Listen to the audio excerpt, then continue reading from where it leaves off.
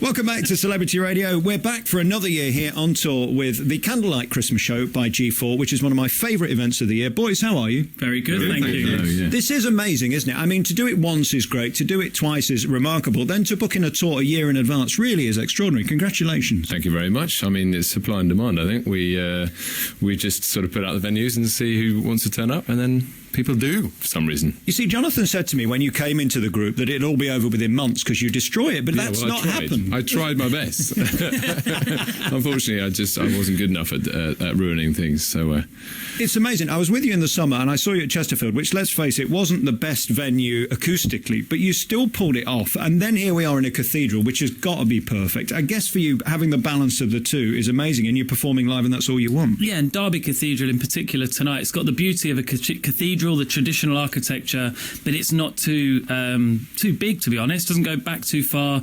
The acoustic just sits perfectly. It's great space. Looking forward to it. What's happened in the last 6 months since we were last here? Let's come to you first, Mike. Well, we've been on tour in theatres back in September, wasn't it? I think we did a few dates. We even went to Jersey for the first time. We did 2 shows there, and that's been pretty busy. And then between then and coming on this Christmas tour, we've been recording our new album, G4 Love Songs, which is out in February. So we're really pleased with that. It's coming together nicely. We've nearly finished, very nearly finished, and it's great. It's really exciting. Why did you choose February for a Love Songs album? I don't know. Why did we, Isn't boys? it 'cause it's Easter? It's because it's out in time for my birthday, which is on March the 2nd. So that's really Which important. is actually in February, so thanks, Ben. Is it? Yeah, 17th. What date is yours? 17th, 3 days after Valentine's Day. Just coincidentally. That works quite well, doesn't it? With love songs, yeah.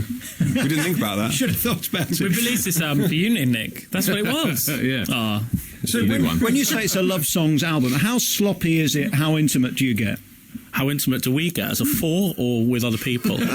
You can answer that question in any way in which... We've been twinning up, actually, on some of this tour. So, yeah, mum's the word, to be honest.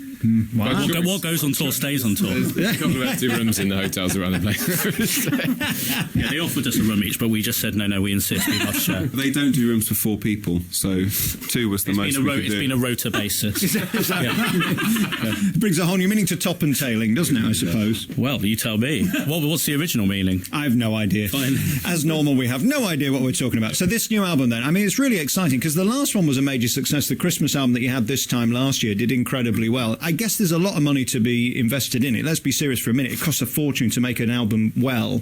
Was there any doubt that you were ever going to make another album, or when you saw the success of the last one, did you think, right, this is going to happen? We're creating this through crowdfunding once again, and the support has just blown us away. Pledge Music's been the platform. People have embraced it. They've gone for the traditional pre-orders and signed items, but we've also done some amazing exclusives. Tea at the Ritz and on the Thames, and I just went fishing with one girl on a fishing boat the other day, and all that money's gone in the pot. We went to Prague, we've recorded a full orchestra, and we've just had an amazing time, and it's because of them. So yeah, every little support that people have put in has enabled this to happen. And this fishing trip with the young lady, I mean, did you catch crabs, lobsters, trout, haddock, cod? All sorts. I mean, there was plenty of crabs, but eventually we caught a fish. The boat was just full of fish, I think, by the end, wasn't it? Yeah.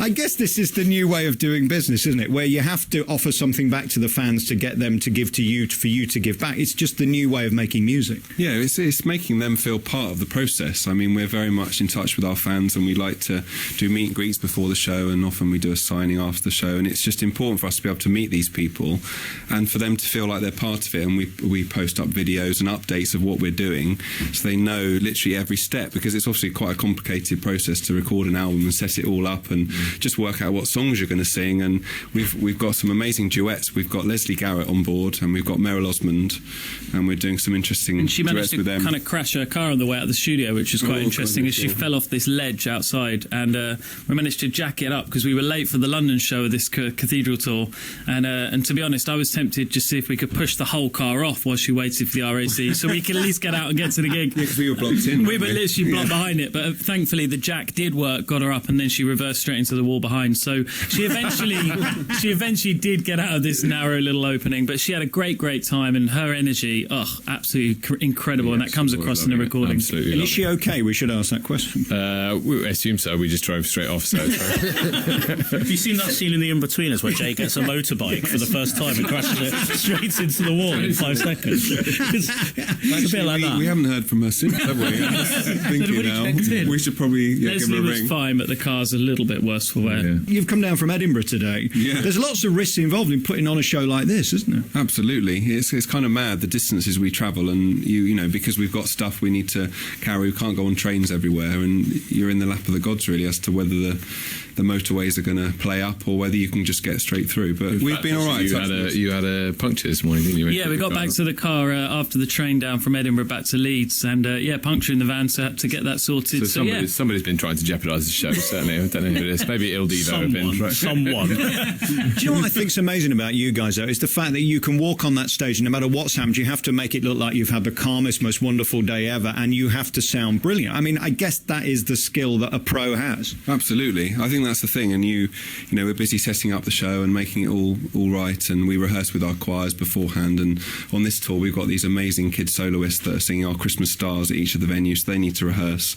And when you get on stage, it's all, you know, very glamorous and it looks very effortless. Well, hopefully that's the plan, but that's what we love doing. And there's like always a swan, isn't it? Graceful swan, and then underneath the water you got the flapping legs. But actually, like conversely, last night it's kind of flipped the other way around, where you have to try and perform something like Bring Him Home after you've heard these amazing stories of the missing people and accounts of these missing people, and that's something where you have to almost try and detach yourself in a way from what you've heard, so you can actually perform, because it's so touching, these stories. Exactly. You just wouldn't make it from A to B otherwise. You just have to sit there and kind of go, we've got a job to do, because some of the stories are just way beyond what we comprehend. You know, as people, we sit there and go, you know, we've had this stress getting to the venue, or in fact there's some people say, well, I haven't seen anybody, this person, in 30, 40, 50 years, you know, and it just puts everything in perspective. We're worried about, you know, a sound check and whether, you know, the pianist is going to play this or what have you, and all these problems become really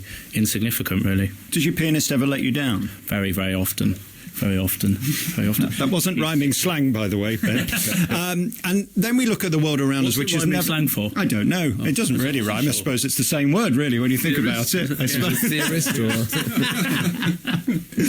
Yes, you don't want to sit on the theorist knee, do you? No. Are you talking about flowers? Peonies? There you are. Yes, that's what it is. And in this confusing world, it's so great to see you boys live. And we look at what you do. I mean, in the summer, again, I don't think you've ever sounded better. I know I say this every time, but it's so rare you hear people who get better and care as much. Most people get tarnished and they get fed up and they get bored and want to do something else. You guys seem to be more in love with what you do than ever. When did you last have your ears cleaned out? Well, we're all getting old. It could be that. Have you had them checked? Mike's just asking because he's asking for a tip as to where to go. That's all that. Yeah, I'm desperate. Where did you last get your ears cleaned? Is what I meant to ask. Yeah. No, but we do care. We like pride in our own performance is something that has always been important for us as musicians, and it's a really important part of our drive, and our focus is actually making sure that at the end of it all we are happy with what we've just done, whether the audience are or not. You know, we have to. Thankfully, they are traditionally happy with it too. Yeah. No, we have an amazing rapport with the audience, with ourselves. It's just a fun experience. We love what we're doing. It was great to have the gap. To disband for 7 years, I think, was the best thing G4 could have ever done. We've come back fresh, more experienced, with a whole load more wealth of kind of professional and technical ability, but also as humans and as adults. I think it's fabulous, and that energy and that passion comes across. And isn't it great? You have to go away to realise what you've got, and then you wonder, will anybody be there to support you, and will they care? And they did. That must have been the greatest relief, to know there'd still be an audience, which is discernibly getting bigger. I've never seen a queue outside the Derby Cathedral like there is right now. Isn't that amazing? And you know, when we first decided, and Mike got us back together to do one show at the Barbican, we didn't know if we were going to sell it out in 5 minutes or sell 2 tickets. We had no idea. And luckily, you know, there was an amazing response there, and it's just carried on because people, you know, there was such an invention of all these reality TV shows, and it's so easy for people to just kind of drift away. But we do have an incredibly loyal support, and some of them we recognise by face and by name, and other people not so much, and you know, they're just there. And it's fantastic to have that variety and depth of support that people come and get on board with us. The most touching thing on each of the shows that we're doing is the new audiences coming, be them people that have never heard us before, or people that have the old albums, never seen us live, and all of a sudden they're there at the show and they're totally engaged. There was a story sent to us on Facebook the other day. Total Scrooge, a son of a lovely lady who came, brought the son along, potentially as punishment for something, I'm not sure. He he left absolutely elated, so feeling so festive, so uplifted, and so connected with what we'd done and the show that we created, and that was just such an amazing journey to go on. They're then really excited to come to another show of ours, and those stories mean the world to us. Well, that gives us such energy as well, because we're obviously like really thrilled to be coming and doing these shows. But you go every day and you say sometimes you're travelling for hours and you get to a place and you might be a bit tired. When you see their enthusiasm for it as well, it lifts you. If one of us is a bit tired, get on any given day, it lifts you and lifts your performance as well, which is really, really important. And thank God you shot to fame when you did. It seems very cynical now that you are deliberately forgotten very quickly, and you have to be so that the next year can come. That wasn't the case, was it, when you started? Because they were still embracing you, they still looked after you. Now it's about, okay, win it, okay, we're going to forget because next year there's a new one. And you say that, we were sort of forgotten forever. If you look at the X Factor, G4 has never been mentioned. I think the other week we went on the Extra Factor as a little bit of fun, and Louis Walsh chatted to us on Skype, and three of us, Ben couldn't make it, so we had a mask. But we had a really kind of distant relationship with the show, and I think there wasn't a good connection from them for the first series, so it actually gave us the space to evolve as artists, to connect with an audience, and in particular to embrace the UK audience, the people that voted us there. We sustained and performed for those people. A lot of people are so desperate to get international so quick, they try and break America, and they turn their back on those amazing people that actually picked the phone up and created and ignited their career, and it's been very special for us to kind of perform for them and still do that today. And of course there was when you were on the X Factor however many years ago, it was before all the Twitter and Facebook and all that kind of stuff, so they never had that following back then. And so maybe that's kind of connected to this sort of transient group thing, which is, as you say, 1 year and then you're gone, and so for some reason that made more of a lasting impression because they didn't have that social media presence. So and let's face it, rule one of show business, never ask the public what they think on Twitter, because they'll tell you. They will. And some. Good rule. And Cal's not always right. I always remember Terry Fator saying, he said, a ventriloquist will never ever do big business. A year later he signed a 10-year contract for 100 million. He's just signed a second contract in Vegas. Big business, isn't it? Is that the... Yeah, there you go. Yeah, there you are. Hey boys, congratulations. So we've got the spring tour coming up, we've got the album in February, and you've already booked in the Christmas tour 2017. Yeah. And thank God you come into Nottingham Cathedral, because petrol don't grow on trees, coming here to Derby is an inconvenience. It doesn't grow on trees. It's underground, isn't it? So you get... Is that right? I thought it came out of a pump. Just go to a petrol station and find it there. Saves time, doesn't it, digging it yourself. Boys, congratulations, well done. Ben, nice to see you again. Lovely, thank you so much, Mike. Thank you very much for having us back. Always nice to see you, fun. Colin, Jonathan. Yep. Mike. Shaniqua, yeah. Very nice to see you, boys. Thank you very much. Thank you. Take care.